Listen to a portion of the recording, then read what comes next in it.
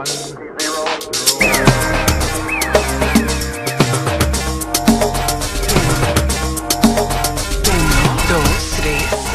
hoje teremos um bate-papo incrível com Brenda Quaresma. Ela é expert em leitura corporal. E antes disso, eu quero que vocês deem uma olhadinha nesse vídeo, preste muita atenção. Produtor, passa o vídeo pra gente. Falados, trabalhei para o Departamento de Polícia de São José de 1995 até 2011. Eu apareci em um lugar onde nunca tinha estado e tinha um homem com um cavalete. Nós não conseguíamos vê-lo. Me descreva seu cabelo. Eu não sabia o que ele estava fazendo, mas depois de várias perguntas eu percebi que ele estava me desenhando. Me fale sobre o seu queixo. Ele estica um pouco, especialmente quando eu sorrio.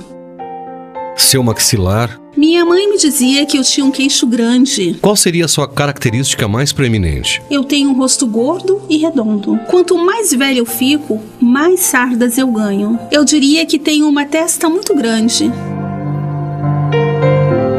Assim que eu terminava o desenho, eu dizia muito obrigado e elas iam embora. Eu não as via. Tudo o que me disseram antes do retrato foi para fazer amizade com uma outra mulher, Chloe. Hoje eu irei fazer algumas perguntas sobre uma pessoa que você conheceu mais cedo. E irei fazer várias perguntas sobre o rosto dela. Ela era magra, com uma bochecha fina. O seu queixo era um queixo bonito e fino. Ela tinha olhos bonitos. Nariz bonito. Ela tinha olhos azuis, lindos olhos azuis. Aqui estamos. Esse é o retrato que você me ajudou a fazer. E este é o retrato que alguém descreveu de você. Sim, isso é.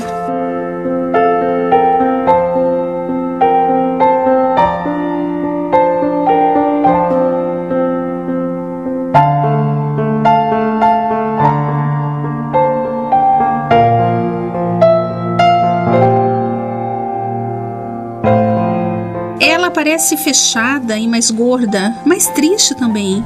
O segundo parece um pouco mais aberto, mais amigável e feliz. Eu deveria ser mais grata pela minha beleza natural. Isso afeta as escolhas, os amigos que nós fazemos, os empregos a que nos candidatamos, afeta tudo. Não poderia ser mais crítico para a sua felicidade. Você acha que é mais bonita do que você diz? Sim. Nós gastamos muito tempo como mulheres, analisando e tentando consertar coisas que não estão completamente certas. E deveríamos gastar mais tempo apreciando as coisas que realmente gostamos. Você é mais bonita do que pensa. Que forte, né, gente? Que vídeo forte, porque realmente a gente se menospreza e se diminui, sendo que a gente é muito melhor do que a gente vê, né? As outras pessoas veem nossas qualidades 10 vezes melhores do que a gente vê. Quando a gente se olha no espelho, a gente não tá contente. E aí nesse vídeo mostra muito isso, que a gente é muito mais. Então deixo aberta essa reflexão para você hoje, nessa terça-feira, e trago a Brenda Quaresma, que é especialista em análise corporal. Boa noite, Brenda, tudo bem? Tudo ótimo, boa noite, Paulo, um prazer enorme estar aqui contigo. E esse vídeo aí, ele retrata também, e tem tudo a ver com o que a gente vai falar hoje aqui, além de ser uma linda homenagem que a Dove fez para as mulheres, né? Tem tudo a ver com o que a gente vai falar aqui, que é sobre análise corporal. O que acontece? A nossa mente e o nosso corpo, eles são moldados num processo paralelo de 5 etapas, que vai desde o momento intrauterino até os nossos 5 anos de idade. Todo mundo passa por essas 5 etapas, sem exceção. Cada uma dessas etapas, elas são marcadas por uma dor existencial. E aí tem a ver com o que o nosso sistema nervoso central percebe da nossa criação, das coisas que estão acontecendo no nosso ambiente. E aí a gente sente essa dor. E para não sentir mais essa dor no futuro, o nosso corpo, ele desenvolve recursos, a nossa mente desenvolve recursos para lidar com essas dores. E às vezes a gente tem essa dificuldade de enxergar ali, como nas mulheres ali, por exemplo, elas não enxergavam os reais formatos delas e tudo, mas por quê? Porque algum traço, os traços de caráter ou os traços de personalidade que a gente fala, né? Algum traço que ela tá em dor, que ela tem dificuldade de reconhecer nela mesma. Então, Brenda, é correto afirmar que o nosso corpo vai se moldando de bebê conforme esses traumas? Sim, conforme as dores que a gente sente, o nosso corpo, a nossa mente sente uma dor e aí ela molda o nosso corpo conforme aquela dor ali e desenvolve o recurso equivalente. E isso vale também para os corpos gordos? Sim, isso tem tudo a ver também com o que a gente vai falar hoje. Na verdade, o peso extra que nós carregamos, não todo mundo, mas algumas pessoas, tem esse peso extra, ele tem uma função no nosso corpo. Ele tá ali por alguma questão emocional. E o peso extra, às vezes a pessoa faz tudo que é tipo de dieta, tudo que é tipo de tratamento, enfim, faz 1000 loucuras para emagrecer. Às vezes ela até tem um resultado imediato, porém ela não consegue manter. Por quê? Porque a causa é um problema emocional. O peso ele tem 3 funções, que são destaque, né? Se eu perco uma caneta e uma garrafa no mesmo ambiente, uma garrafa de 2 litros, por exemplo, o que é mais fácil de eu encontrar? A caneta, que é pequena, ou a garrafa, que é grande? É a garrafa. Então, às vezes a gente tem a necessidade de estar ali para receber atenção. Quanto maior eu estou, mais eu sou vista e mais eu recebo atenção. Embora muitas vezes não seja uma atenção boa, mas eu estou recebendo atenção. O que acontece? Diversos nutricionistas comentam que quando a pessoa às vezes está chegando no objetivo, ela engorda tudo de novo. Porque desses traços de personalidade, tem 2 traços que têm tendência maior a engordar, que são os traços que têm maior probabilidade de dependência emocional. E você tá falando de mim sem eu ter falado nada da minha pessoa? Porque tudo que você tá falando é o que realmente eu passo no cotidiano. Porque por várias vezes, isso eu falo para todo mundo, por várias vezes eu emagreço 24, 26, 28 quilos e volta com tudo. Porque às vezes muito mais rápido do que até deveria, entendeu? Então é por isso, porque eu não tratei ainda o meu emocional. Exatamente. E aí, se não é na questão do destaque, para aparecer, para ser vista, tem a questão da proteção. Dependendo da combinação dos traços, porque todo mundo é uma mistura dos 5 traços, né? E cada traço vai ter uma intensidade dependendo do tamanho da dor, quanto que ela foi marcante na tua vida. E aí, associando alguns traços, tem o peso extra tem a função, em alguns casos, de proteção. Que significa, a pessoa sofreu abuso, ou, dependendo dos traços, ela tem digamos assim, uma inclinação para cometer adultério, digamos assim. Meu Deus. Né? E aí, para isso não acontecer, para ela não cometer isso, porque ela encontrou alguém legal e tudo mais, ela inconscientemente engorda para não correr o risco dela trair o parceiro. Ou ela sofreu algum abuso e aí inconscientemente, qual é o raciocínio do nosso subconsciente? Se eu engordar, eu não vou chamar tanto a atenção para esse lado sexual, eu não vou ser tão sexualmente atraente. E aí eu tô me protegendo de sofrer abuso. Às vezes acontece também, a pessoa emagrece, tudo, e aí começam as piadinhas, começa a andar na rua e tem aquele incômodo, né? Uhum. E aí, como ela já sofreu algum trauma, ela acaba engordando de novo para ela deixar de ser vista nesse sentido, no sentido sexual. E estar em autodefesa, digamos assim? Sim, para ela não correr o risco de sofrer o abuso novamente.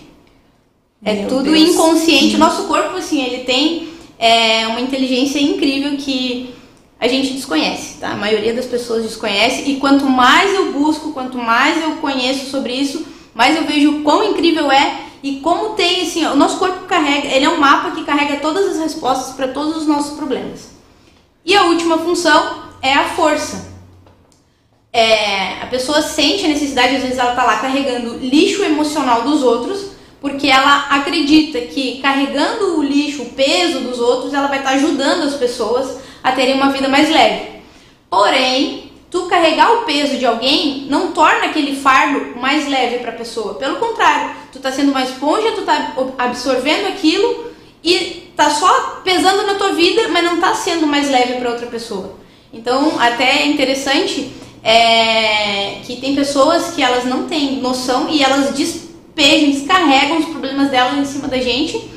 E com isso aí, se tu é muito empático, que tem os traços, tudo que a gente fala sobre aumento de peso, tem 2 traços específicos, que são os traços mais emocionais, que eles têm essa tendência, que ele vai engordar ou por não saber se expressar, ele sente um vazio, ele sentiu a dor do abandono, ele sente um vazio existencial, um vazio no peito, e aí ele quer chorar, mas ele foi ensinado que tem que engolir o choro, que adulto não chora e tudo mais, e aí vai engolindo aquilo, e aí vai comendo para preencher aquele vazio e come, e o vazio nunca sara. Por quê? Porque é um vazio emocional, precisa chorar, botar para fora para aliviar. Às vezes, se tu tem esse traço e tu tá com algum problema emocional e tal, e tu não pode chorar, tu tá num ambiente que tu não pode chorar, tu não pode se expressar porque tu vai ser cobrada, tu vai ser julgada, tu vai ser... Aí o que acontece? Tu começa a comer, botar pra dentro as coisas